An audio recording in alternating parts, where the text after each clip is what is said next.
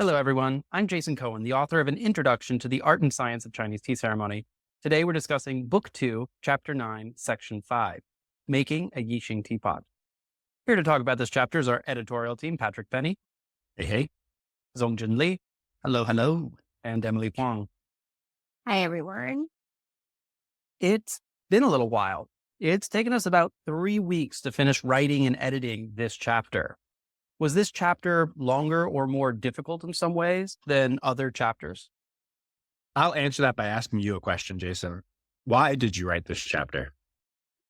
That's actually my next question. My second question, why do you write everything in one chapter? Why did I write the entire construction process in one chapter? Yeah, that's also a great question. So the background to this is after writing close to 27 pages on Yixing construction, I posit that there is much about the physicality of the craft that the written word struggles to communicate. And I agree. Is this chapter still valuable? Should readers just go watch a YouTube video of Yixing construction instead? That would certainly be very helpful. I feel like this is a great reference chapter. I feel like this is probably a chapter that I don't recommend readers to blow by. I think they should still read through it. But I think after you've read it once, maybe go see a couple pictures, see a YouTube video, and then maybe when you've gone to Yixing or gone to some other teapot making areas and seen it happen in person, you come back to this chapter and then kind of see how it all fits together. I think in isolation, the words by themselves are not going to do as much as putting it together with the real life experience or at least a video. I feel like this chapter is a microcosm of writing this entire book. Why did we think that we were going to be able to cover Yixing in 100 or so pages? Why did we think that we would be able to cover Yixing construction in a single chapter? We've crossed the 700-page mark. We're currently sitting at 700 something pages for this book. Ooh. Yeah, we're going to hit the 2-year anniversary of starting this publication process. And I think that writing 27 pages on Yixing construction is just a microcosm of the entire process of writing this book. And I don't know if that's complimentary or not. Yeah, we did it not because it's hard. We did it because we thought it's not going to be very hard. Jensen Huang, yeah. Yeah. It's for the love of the game. I think there is some sections in this chapter that, whether you've seen teapot construction or not, are helpful. I think learning about clay glue is something that we don't really touch upon in other chapters. And I think when you see the process, that might escape your attention. Learning some of the specific tools or pounding techniques and why maybe specific steps are done in certain orders. Or like if you've seen a teapot being built and you were like, oh, they closed the teapot body off. What's going on? This helps to outline a lot of some of the finer techniques that might escape your visual attention while you're watching it happen. So still really useful, but agree that this is just a representation of the entire book in one chapter. In many arts and crafts, including painting, glass blowing, photography, and ceramics, it is difficult to generalize a singular method or technique used by the artisans. Is there enough of a consistent singular art form within Yixing tradition to generalize? Can you elaborate the question a little bit? Well, we write a singular methodology, or I talk about a single teapot moving through the stages of productions with some caveats on what's the difference between, say, a geometric teapot and a semi-spherical teapot. But is this consistent enough? Is there enough consistency in the Yixing art form that it's actually possible to write this book? You couldn't write this book in this way about ceramics in general. You couldn't write this way about glass blowing in general because there's too much diversity. There's too much differences in the process. So is Yixing really a codified enough art form or a craft where the techniques are so historically developed and taught and passed down from master craftsman, master artisan to their apprentices? Or is this just one of an infinite number of variations, in which case this chapter is even less valuable? I think you made the question even more complicated, but I do feel like that we stand at a crossroads with Yixing teapot construction and development. I think where we stand today, we do have the ability to generalize because there are certain steps, whether or not they're done slightly differently by different artisans, that yield specific discrete components that you need to, first of all, make the teapot, but to also make the different components of a teapot. There is ore that needs to be mined. The ore needs to be processed in some way after it's mined to turn into clay. That clay needs to have some kind of processing, whether it's time duration for aging, which might vary, but it's going to go through some sort of processing depending on the artisan. And from there, that artisan is going to take it. And while they might have slightly different technique, they will create something like a teapot body. They will create something like a spout, something like a handle, attach it, right? Knobs, everything you go through in this chapter. And while it might look slightly differently, I think the end object is quite similar across the art form, very generally speaking. Nowadays, we can talk about it pretty generalized. I think there might have been a time in the past where some of the knowledge may have been a little more obfuscated.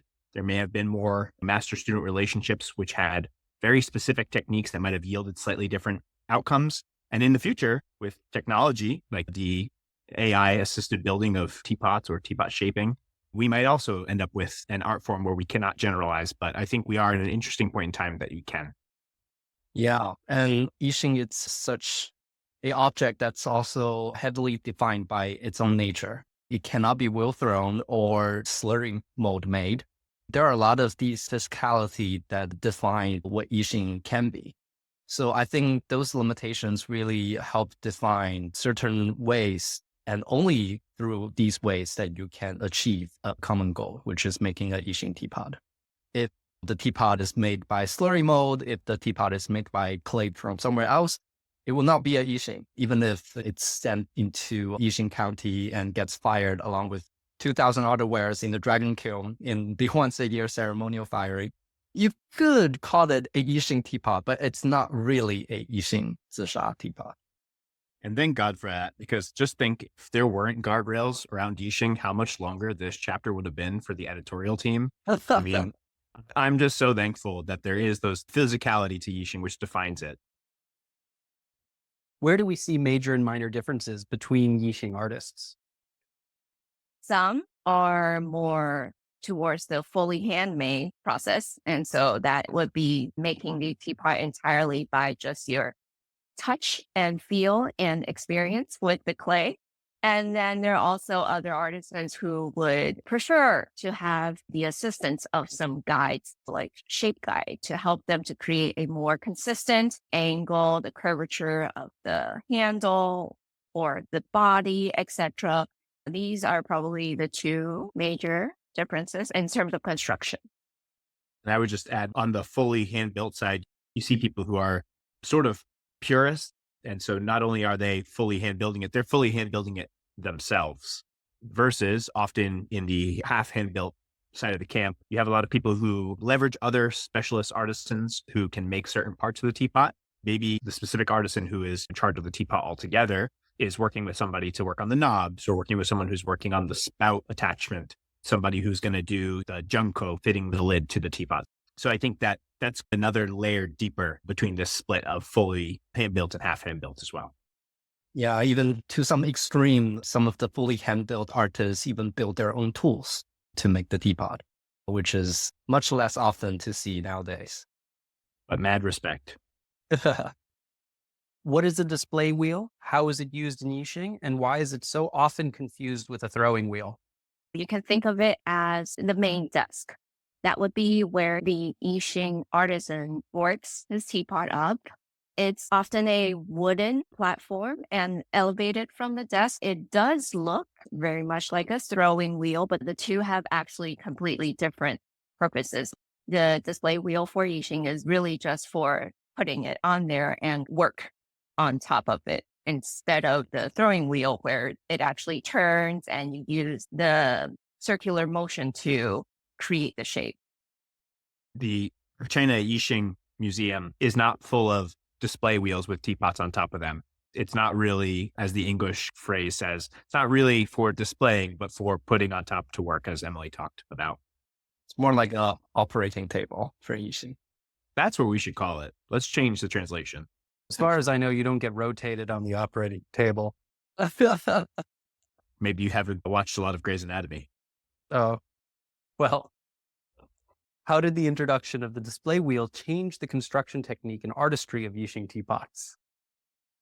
I think we covered this a little bit, maybe 2 chapters ago, but previously the way that teapots were constructed was they were on a platform that basically the artist had to be fully on top of. They needed to have a piece of their body kind of balancing the platform. while they would be working the teapot with their other hand.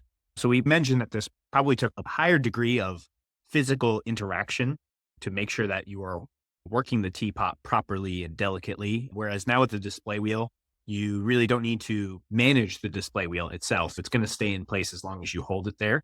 You don't have to worry about it wobbling and moving it around. So without using the word easier, it should be less physically engaged to work on a display wheel. Yeah, it's really better for their joint and spine so that they don't need to go to an actual operating table. TCM doesn't have the cure. Acupuncture, maybe. Chiropractors are doing great in Yixing. Well, Pat and Zongjun, many of the photos within this chapter are from last year's research trip. How did observing Yixing construction shape your understanding of the art form? Well, just by looking at how people actually do their job with all the tools and all the procedures that we have read from books and articles is just infinitely more helpful. And also talking to the artists themselves, learning the reason why they choose one tool over another or one method over the other one is just way better than trying to ponder your head around all these books, trying to figure out what exactly is a flap versus a minjin. Like, do you actually use the minjin to also guide the shape too? A lot of the tools are actually sometimes even being misused by some books and articles. And just by looking at works being done in person is just so much more helpful than guess around and trying to read more articles to reference across each other. I'd say my takeaway was pretty similar. I think additionally, and we've spoken at length on this, but just the number of people it takes to make a single teapot, I think that really stuck with me. So in this chapter, we have pictures from a few different artisans' workshops, primarily 2 sets of artisans. Beyond that, there were so many other artists or craftsmen, technicians who had some hand in this teapot reaching its final state, whether that's the people who were like operating the kiln, the person who was doing lid refinement, knob builder, the pictures that we see in this chapter, which is a lot of the spout and teapot body creation or refining. Literally, it does take a village. It was just so many different people that we were meeting. It was very difficult to have names stick with me because we met just so many people involved in making these teapots. Outside of that, the amount of cigarette smoke involved in making a Yixing teapot. The pages of a book will never give you the smell of just being there in Yixing. But it's really just the number of people it takes to make a teapot that sticks with me. It's so true. It really brings me to a new level of appreciation to have handmade teapots. There are a lot of these claims saying that, okay, fully hand-built teapots are better in so many ways. But by the end of the day, they're not that much of a difference between them. And if the clay, the base materials are the same, it's basically the same teapot with different price tier, of course. I think in some ways you could think of it as, does an artist use a ruler, right? Is that the shape guide? Or perhaps if that's going a step too far, spray painters design and cut stencils in order to be able to stick them up, spray paint and bring them down. But if you see them do it, there's still quite a bit of skill involved in the amount of spray paint used and the design flourishes and whether they overspray or underspray, the blending of colors, right? So it's not as if the stencil makes the work so much less valuable. You know, the most valuable graffiti right now in the world is probably still Banksy, who uses stencils extensively. So I strongly agree with that statement, Zongjun, that there's really not quite that much difference between the fully hand-built and the use of shape guides. So Emily, since you weren't with us last year for this trip, just kind of looking through these photos, was there anything that jumped out to you as unique or different from what you've previously learned about Yixing teapot construction? Let me talk a little bit about my previous knowledge of Yixing construction. A lot of them were from YouTube videos, so documentaries, or some teapot sellers, and you see how it's made. They tend to just talk about fully handmade ones. So for me, it was really cool to see the specialized parts, like the lid specialist or the spout specialist, and then how they have all these different types of options for you to choose. So that was really new to me. And also seeing the shape guides themselves, where the clay goes into with the shape, to see the actual tools and not so much focus on the teapot itself, but on all of the tools used, the people involved was definitely new information for me.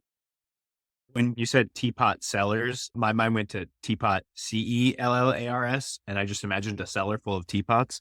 And I was like, wow, that is my next home project. If you dig down deep enough, maybe you'll find siatu. My new form of clay, shiatu. Siatu. Oh my God. That's such a bad joke. Such a bad joke. I love it though. The name for Seattle for audience that doesn't understand phonetic translation. But yes, Emily, I totally agree with you. Something that shocked me the most is how organically everything is, all kinds of studios and artists with different specializations are working very coherently with each other in this little town. Actually, much reminds me of a place called Huaqiangbei in Shenzhen. They call it the Silicon Valley of China, the electronic town in China, where a lot of the brands like Xiaomi was born. It's a town full of all these kind of factories that specialize in camera gadgets, motherboard, battery, outer casing, packaging, shipping, like everything just has their own studios or studios in different complexes. And you can basically build your own cell phone or your own computer in one day just by visiting the town. And you can do the same thing in Yixing too. It's incredible. And that's what we're doing on our next trip. Get ready for the announcement of the T-Technique Yixing line. Yay. As always, our promise to readers, subscribers, supporters, and detractors is that we will never sell tea or teaware at T-Technique. You have to go to my other website for that. Yeah, I was thinking of how to work in that joke. Find me on Cold Equality for the...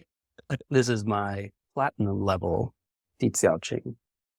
Staying on that topic, as we've said so far twice, this has come up 3 times now. Lid knobs, spouts, filters, handles, they're often made by independent or partnered specialists separate from the craftsman of the teapot's body. Why is this so?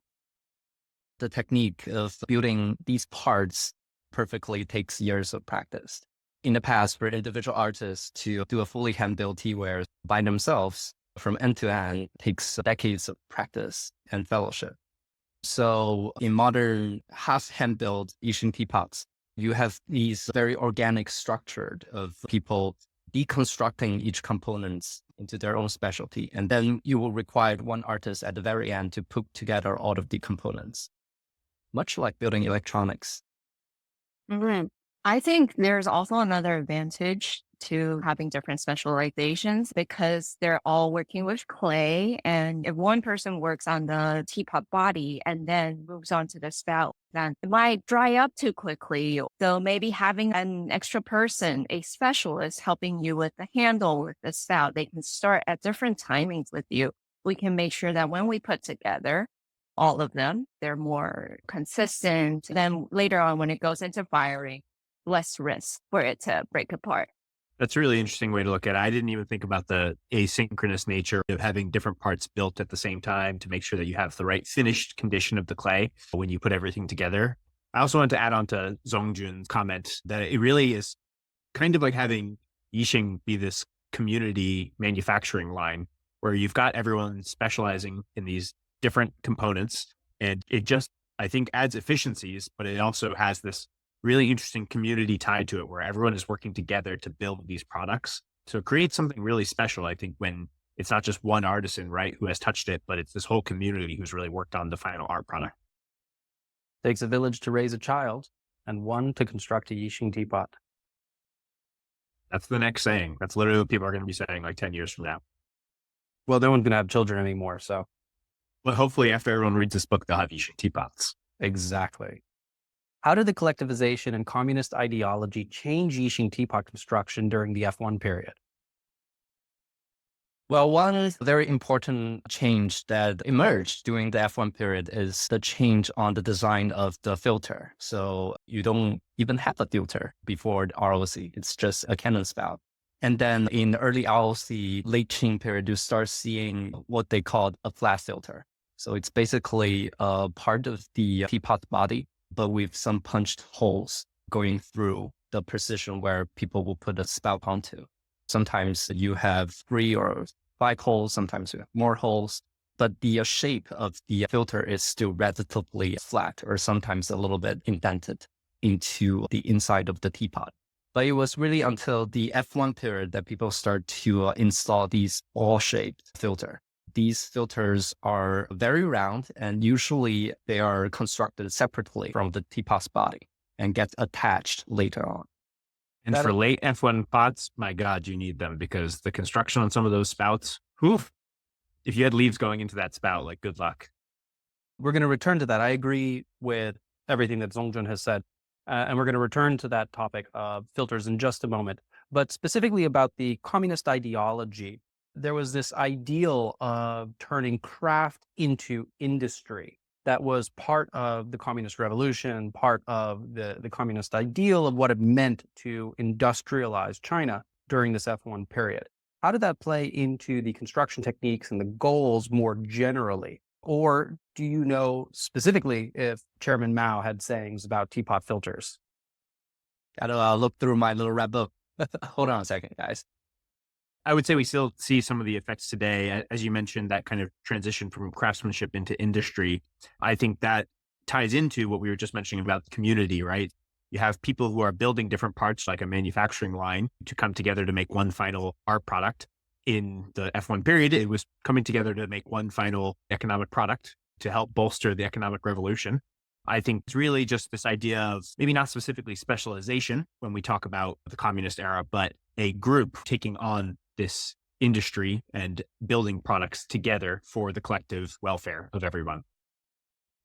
Returning now to teapot filters, advanced practitioners of this praxis debate the value of filters. Can you briefly outline that debate?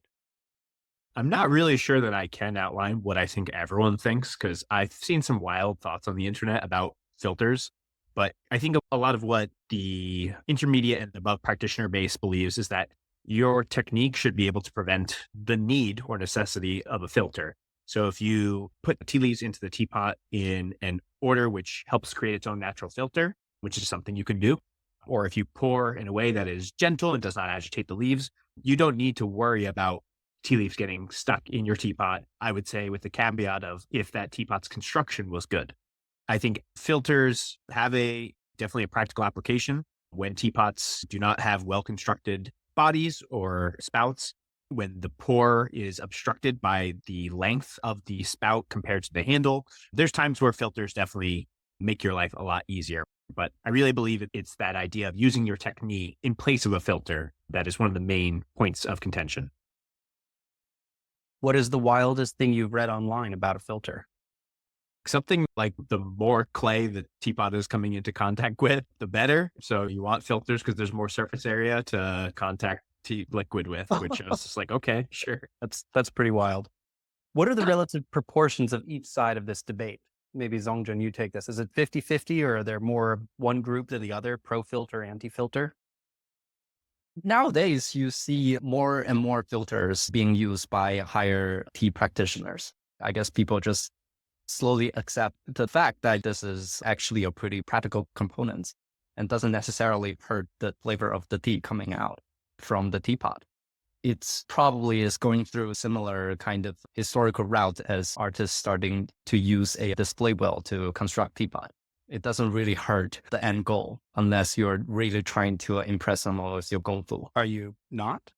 Zongjun's always trying to impress the ladies with his gong fu, and we know it. Oh yeah, every time. Every time I poured all the tea out of my teapot, I will turn the lid up and then display the spout position to everybody to show them that this one doesn't have a filter. Look, Mom, no filter. You need a chadan zui hao de. Your teapot pack is perfect. He hears that all the time. Yeah. Well, same question. Do you personally fall into one of these groups? Are you more or less likely to purchase and use a teapot with a filter? For me, it doesn't really impact my decision-making process. No preference. Pat? I prefer no filter, or as they say, single filter. The most confusing naming convention, the no filter, is single hole filter. It's actually just one giant hole. It's a filter. Emily? Filter, no filter. Same with Zongjun. Doesn't really affect me. I'm okay with both. Interesting. So I am also with Pat on this. I prefer my teapots without a filter. So I guess this is just a Lao Wai thing, Pat. It's because we're snobs trying to show off our kung fu. We were really trying to place it on Zongjun, but it's us. We have to. Can you imagine the commentary we'd get if we Look at those white boys using a filter. No kung fu. no gong fu? Now, the reason that we spend so much time on this is because I want to contrast this to the view of filters within the Yixing artisan community, within the craftsman community. The construction of a ball filter directly into the body, not a separate attached filter, but a ball filter built from the body, is considered to be quite skilled. So how do we reconcile these two views? Things that make a teapot difficult to make do not always make a teapot better for use for tea ceremony. One is the art form itself of making the teapot versus the other side, which is the utilitarian use of that teapot. Yixing teapot construction can be described as a race against time. Why is this so? Well, one very important factor is water, the moisture content in the clay. I think Emily touched upon it a little bit early. As you construct the teapot, the water are evaporating from the teapot constantly, sometimes too fast, sometimes not enough before it gets fired. So when you have a type of clay with very heavy water content, very high moisture level, the shrinkage rate and the deformation rate will be very high compared to other drier clay. And when you working with clays like that, it's a race against time. And you really need to not only time the sessions of putting all the parts together, but you also need to time the length of where it gets dried before it gets fired. Otherwise, deformation or crackage easily happen in the kiln. That is called pre-fire shrinkage. Most people don't discuss that Yixing teapots shrink twice. They shrink first during construction and immediately after construction before they're fired, which has to be, as Zongjun said, rate controlled and balanced. And then they shrink again in the kiln. I think that that's underappreciated since the drying shrinkage, the pre-fire drying shrinkage can be approximately as much as the kiln shrinkage for many Yixing ceramic materials. And I think that that's quite lesser known and underappreciated. Two-stage firing in general is something that is not really widely talked about. It's something that I only learned through us starting to write this book and obtaining a lot of directly commissioned teapots. This is slightly different. This is the drying of the wet clay before it's even fired the first time. No, but it being fired one time and then being fired again, is something that I was saying I really wasn't even aware before we started writing this book. We had the chance of making our own Zisha wares, Pat and Zongjun. How difficult are these techniques? Were you able to make a teapot? Nope. The techniques that are discussed in this book are above the level of somebody getting their hands on Yixing clay for the first time.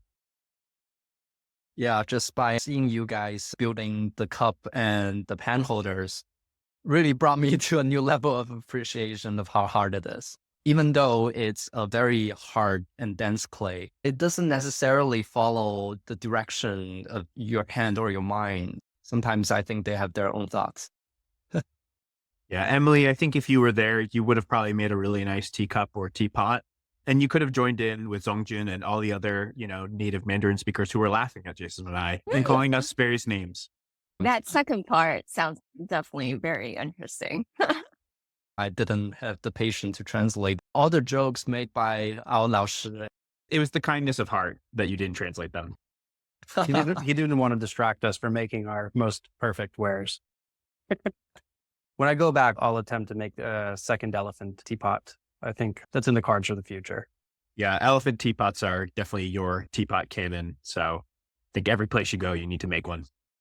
I can try. I think Yixing might pose even more challenging than the last one. Well, for my last question, we're bringing back a segment from book 1, Hot Takes. My one and only hot take question, we'll do round robin. We'll start with you, Emily. Your favorite lid design and why? I guess the round bowl type. Lipped or continuous or just Lipped. sitting on top? Lipped is a good Lipped. one. I really like the sound and the feeling of it closing in when the lid closes. It has like a different sound and you feel like it's closed. The visual distinction of this is the lid and this is the body. Yeah. Zongjun? For me, continuous. I really enjoy the shape of a continuous lid shape and how to manifest the kind of early stage idea of precision manufacture. I think it's beautiful. This is such a hard question. I think I'm going to have to go with outset. And it's really because even though I don't own any, I really love how the Julunju lid sits on top of the teapot body. I have something similar. I kind of have the Longdan, the dragon's egg, which is still a little bit more like lipped, but I really love the outset, particularly on Julunju. Isn't the dragon's egg more continuous? Isn't it a smooth, continuous contour? Mine's not. Oh, Mine yours definitely not. is lipped. My favorite is continuous contour. I think that the lack of visual separation is quite interesting and allows you to do some interesting things. I think our favorite is supposed to be lipped because of what the design is supposed to look like for some certain historical Sure. teapots. That's all the time that we have for today. Thank you for joining us for this edition of Tea Technique Editorial Conversations. Please join us again for our next conversation, Historical Experiments in Yixing Construction.